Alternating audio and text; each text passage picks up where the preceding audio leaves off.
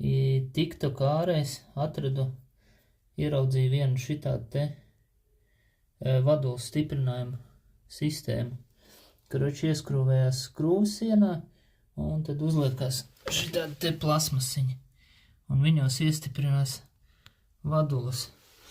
Nu, īstenībā, ja godīgi, agrāk es kaut kāds, uz vienu vadulu man stabili aizgāja kāds stunda, pusotra, tad tagad es pa pusstundu nolīmeņoju visu vadulu pie sienas. Nezinu, varbūt kāds zināja tādu sistēmu, varbūt nē. Reku šitāds te plasmasiņš, un baigi ideāli. Vienkārši perfekti līmenī sanāca. Viņi ķipa ir, vienā paciņā ir 100 gabalas, maksā 7 eiro. Šitāds te plasmasiņš viņam iet. Cepurīti stiprinās, reku šitan. Nefokusējās galīgi.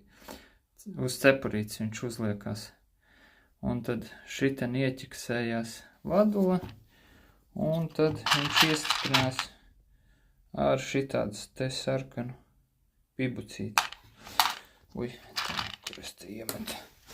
Un īstenībā, ja godīgi tā vadula, baigi labi turās. Diezgan stingri. Nē, tāpat jau viņa bišku kustās, tā jau nebūs, ka nekustās, bet te, kur ir stiprinājums, te viņa ideāli turās vienkārši.